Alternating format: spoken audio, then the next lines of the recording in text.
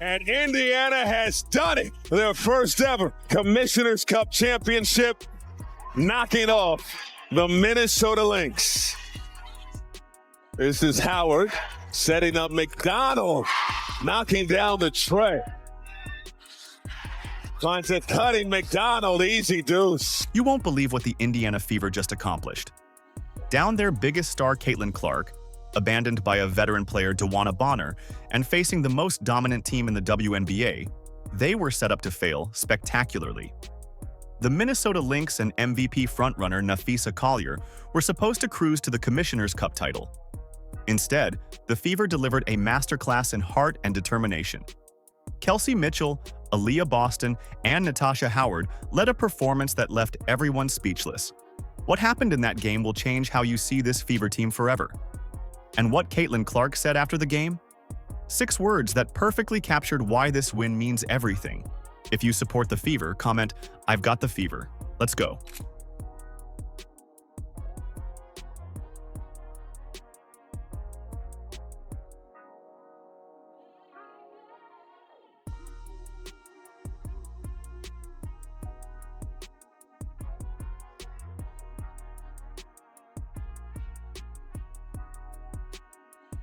Picture this.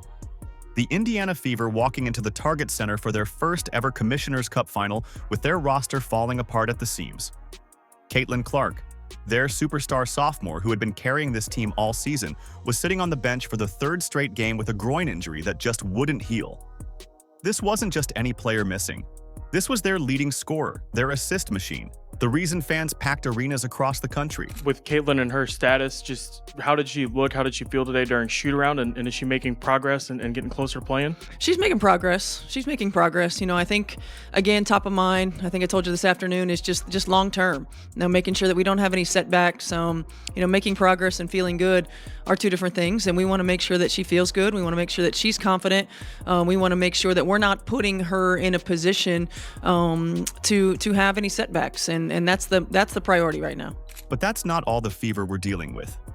Damiris Dantas was thousands of miles away playing in the FIBA AmeriCup, leaving another massive hole in their rotation. Listo. Hey Fever, good luck. I miss you. Then you have the Aliyah Boston situation that absolutely shocked everyone. Here's a veteran player the Fever signed in the offseason to add experience and leadership. What does she do? She quits on the team after just 9 games and gets waived. Talk about abandoning your teammates when they need you most. Aliyah Boston was brought in for leadership. She was brought in for leadership. And you want to know all that these young players learned from her? If things don't go your way, refuse to show up. Continue to get paid a max contract while you are sitting out, refusing to play. She got benched. She couldn't handle it. I want out. She's not playing well. She's getting criticized. I want out. Now let's talk about who they were facing. The Minnesota Lynx weren't just good, they were dominant. A 14-win, 2-loss record heading into this game made them the best team in the entire WNBA. They were the defending Commissioner's Cup champions playing on their home court with Napheesa Collier leading the charge as the MVP frontrunner. The sold-out crowd was electric, ready to watch their team repeat as champions. Las Vegas had the Lynx favored by 14 points. 14 points. The basketball world had already written the Fever's obituary before tip-off. Sports analysts were talking about how this would be a blowout, how Indiana had no business being on the same court as Minnesota without their best players. They look pretty flawless, you know, in the way that they're playing. I don't know if different is the word as much as they look even more connected. You know, they're a team that was connected a year ago, but really the nuance of having each other's back on the defensive end, of knowing where your teammate's going to be, you know, discipline to coverages, the connectivity that they have on the offensive end of the floor. I mean, the way that they move with and without the ball, the way that the ball moves makes it really tough to cover. You know, I often say that offense is like a dance, and they are flowing, man. They are making music, and there's no doubt about it. So we have to try to be disruptive, and we have to try to take them out of that rhythm. Here's where it gets really tough for the Fever. This was supposed to be their moment. Their first Commissioner's Cup final appearance in franchise history, and everything that could go wrong did go wrong. The remaining players knew every eye was on them. Every critic was waiting for them to fold under the pressure. The Fever were walking into this game like David facing Goliath, except David showed up with a broken slingshot and half his army had deserted him.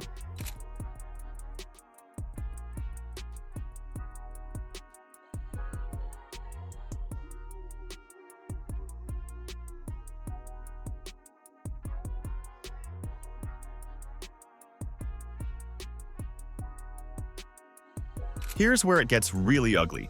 The Fever without Caitlin Clark looked like a completely different team. They had lost 3 of their last 5 games leading up to the Commissioner's Cup final, often squandering double-digit leads that should have been easy wins. The offensive pace slowed to a crawl, killing the rhythm that made them dangerous all season long. The ball movement just disappeared. Players started playing hero ball instead of team basketball. You could see it happening in real time. Instead of making the extra pass, they'd force up contested shots. Instead of trusting their teammates, they'd try to do everything themselves. This wasn't the Fever team that had been exciting fans all year. Coach, this is your first season with this batch of players, and so I'm just wondering if the Commissioner's Cup is just a stepping stone for greater things to come.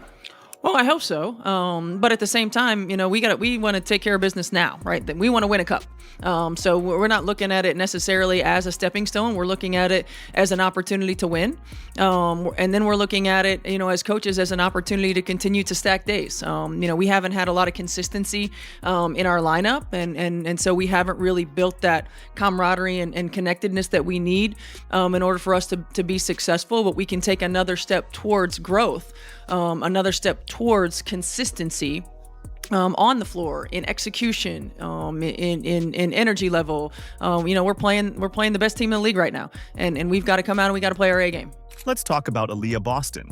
She's one of their best weapons, but she wasn't getting the passes she needed to dominate in the paint. Boston thrives when she gets the ball in her spots, but her teammates weren't finding her. She'd establish position down low, call for the ball, and watch as guards forced up shots from the perimeter instead. You could see the frustration building on her face. The team's identity seemed to vanish without their floor general. Clark wasn't just scoring and getting assists. She was the one organizing the offense, getting everyone involved, making sure the ball moved. Without her, they looked lost on both ends of the court. Opponents started game planning differently too. They knew they could focus all their defensive attention on stopping Kelsey Mitchell and Aliyah Boston without worrying about Clark breaking down their schemes. What are some of the keys that you see as to how exactly you're going to do that, or what you guys need to do to approach the game successfully? Yeah, I think we've got to be disruptive. We've got to make sure that we play with a level of physicality that doesn't allow them to just pass the ball around where everywhere that they want to pass it. So we've got to make sure that we're disruptive.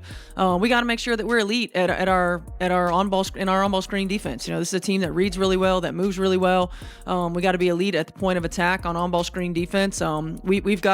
We always talk about guarding our yard, being able to guard one-on-one so we're not in rotation early. I think for us, it's going to have to start on the defensive end of the floor, so that allows us to get out and run in transition as well. But we can't allow them to just do exactly what they want to do on the offensive end.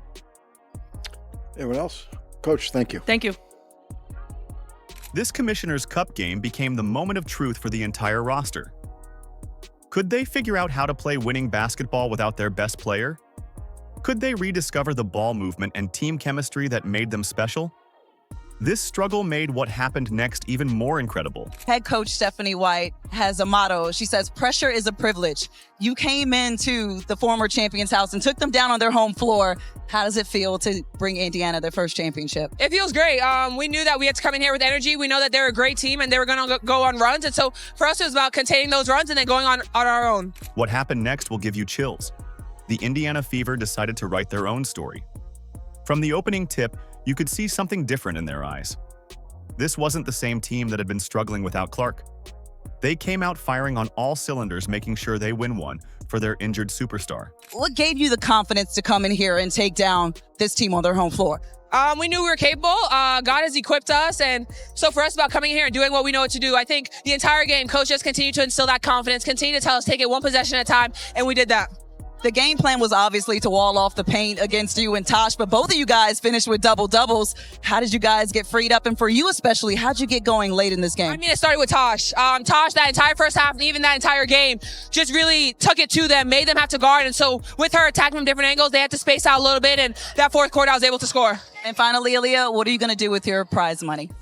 That's for me to know. Congratulations, lady. Kelsey Mitchell stepped into the spotlight and absolutely took over when it mattered most. She drove to the basket in the first quarter against the Lynx, showing her offensive skills right away.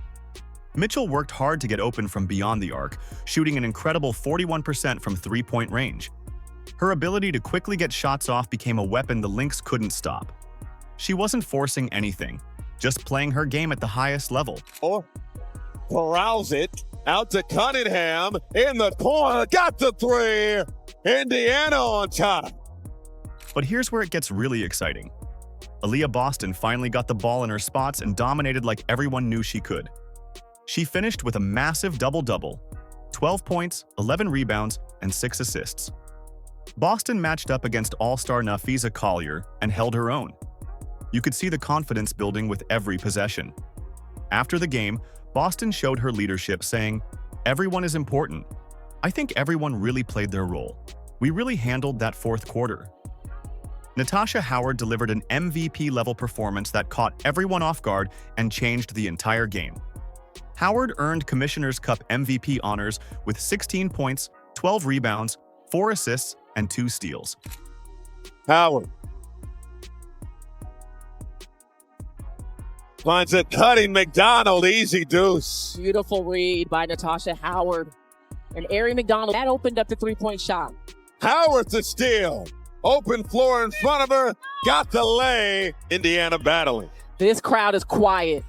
Natasha Howard is a former Defensive Player of the Year, knows the ball is coming to Napheesa Collier, just gets that deflection, gets going in the open court.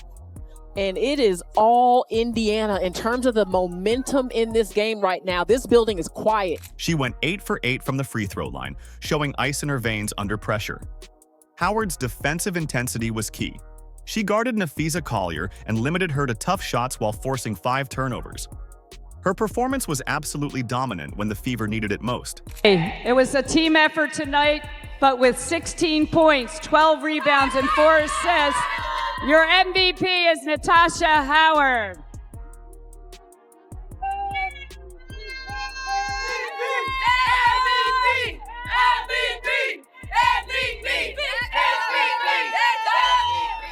Sophie Cunningham brought the fire the team needed off the bench. She provided a significant spark with 13 points and 7 rebounds, including 3 three-pointers that helped the Fever rally from an early deficit. Cunningham's clutch performance had fans going wild. Gives it up to Mitchell. Mitchell. Over to Cunningham, long range. Bottoms! Big time trifecta, Sophie Cunningham. Lexie Hull stepped up with huge contributions that proved she belongs on this stage. She wasn't going to let this opportunity slip away. New signing Ari McDonald made an immediate impact too, contributing 12 points and giving the team exactly the spark they needed. Her return to the roster couldn't have been more perfectly timed. Finds Hull beyond the arc. It's score! Holson with the trifecta. And that's how you do it. Over to Cunningham, long range. Bottoms! A joint effort across the board. Everyone on this roster did their part tonight. The team suddenly remembered how to play together and move the ball. 5 players scored in double figures, showing their balanced attack. The ball movement was crisp, the defense was suffocating. They held the Minnesota Lynx to just 39 points over the final 3 quarters and limited them to 34.9% shooting. You could feel the momentum shift when the crowd at Target Center roared back to life as the home team clawed back to within 7 and forced a timeout early in the fourth quarter. But the Fever responded immediately with 2 baskets by Boston and another by McDonald. They refused to allow Minnesota even the opportunity to get back into the game. The final moments showed a team with killer instinct. They closed out the victory 74-59, shocking the basketball world. The underdogs had done the impossible. They proved that heart and determination could overcome any obstacle. This wasn't just a win. It was a statement that would change everything. Coming into this, you talked about so much, hey, you got to have the right approach, don't trick this off, like have the focus. Take me inside that mindset of you guys coming into this game and how tonight was just a collective effort that got it done. I describe this entire experience as a gut check experience, and I mean that intentionally. I mean physically, mentally, psychologically. It was a gut check moment today, and I think for us, it was about making sure we won those moments that mattered. And I thought down the stretch of the game, we did an unbelievable job of just staying together, weathering the storm, and kind of utilizing what we needed to based on our schemes and our personnel from practice. And I thought down the stretch of the game specifically, we bought in. All five of us, whoever was on the floor bought in, and I think you guys got to see that. But here's what really happened after the game. Caitlin Clark dropped 6 words that explained everything. Despite being sidelined with her groin injury, Clark remained a visible and supportive presence throughout the entire Commissioner's Cup final.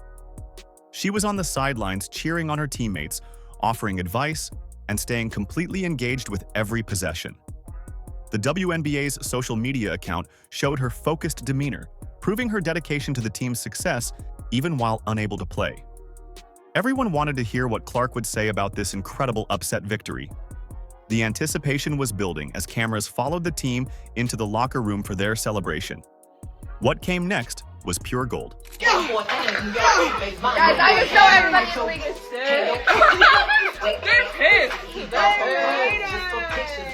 sick. Guys, I just know everybody in the league is sick, Clark said during the team's locker room celebration.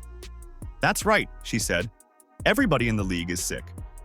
Those 6 words cut straight to the heart of everything. Clark perfectly captured what everyone was thinking, but afraid to say out loud. The jealousy problem in the WNBA had been bubbling under the surface all season, and Clark just called it out directly. The celebration in that locker room was absolutely electric. Clark was captured on video using the Commissioner's Cup trophy as a celebratory chalice, playfully calling out teammates including rookie Michaela Timpson to join in the festivities. This lighthearted moment showed her role as a supportive and engaged teammate, even while dealing with her injury. The team embraced their us versus the world mentality that had carried them through this incredible victory.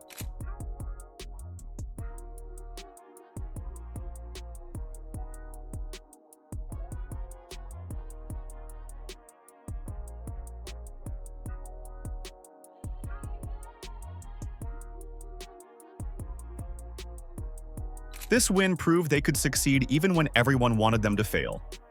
The media's pre-game expectations were completely overturned. ESPN had actually pre-scheduled a video titled "Lynx Dominate Fever" to win Commissioner's Cup that they quickly had to change after the game. That tells you everything about how shocking this outcome was. The Minnesota Lynx showed real class in defeat. Head coach Cheryl Reeve admitted after the game, "They just sort of beat us," highlighting the strength and execution of the Indiana team. This acknowledgement from the defending Commissioner's Cup champions showed the respect the Fever had earned with their performance. You're looking at a Fever team that just proved they're built for 2025 and beyond. They showed they have the depth, the heart, and the character to win without their biggest star. When Clark returns healthy, this team becomes absolutely dangerous. This victory became more than just a game. It was a statement about overcoming adversity and jealousy. The Fever proved that when everyone counts you out, when key players abandon you, when injuries pile up, true champions find a way to rise above it all. I know it's not a WNBA championship, but to celebrate a championship nonetheless on Target Center on the floor. Yeah, I mean, we have a resilient group. You know, they're tough mentally, physically. They pull for one another. You know, I don't know if it's something that I learned that I didn't already know. It's just I'm proud for them that they can see it come to fruition. Being able to handle the ebbs and flows of the game, being able to give to one another regardless of struggles. I mean, we had some players that were struggling. We had some moments where we struggled, but we still gave to one another. And that's a growth area for our team. I felt like our execution through 3 quarters on both ends of the floor was really good against an outstanding team. I mean, I'm just really proud of this group. The Indiana Fever just showed the entire WNBA what happens when you count out a team with heart and determination. They prove that championship DNA runs deeper than any single player. Kelsey Mitchell, Aliyah Boston, Natasha Howard, Sophie Cunningham, Lexie Hull, Ari McDonald, and the entire roster stepped up when it mattered most. This victory proves that 2025 is going to be special for this group. When Caitlin Clark returns healthy, this team becomes absolutely unstoppable. They now know they can win without her, which makes them even more dangerous with her back on the court. If you support the Fever, comment, "I've got the Fever," like, subscribe, and turn on all notifications so you never miss out. Click the video on the screen, and we will see you in the next one.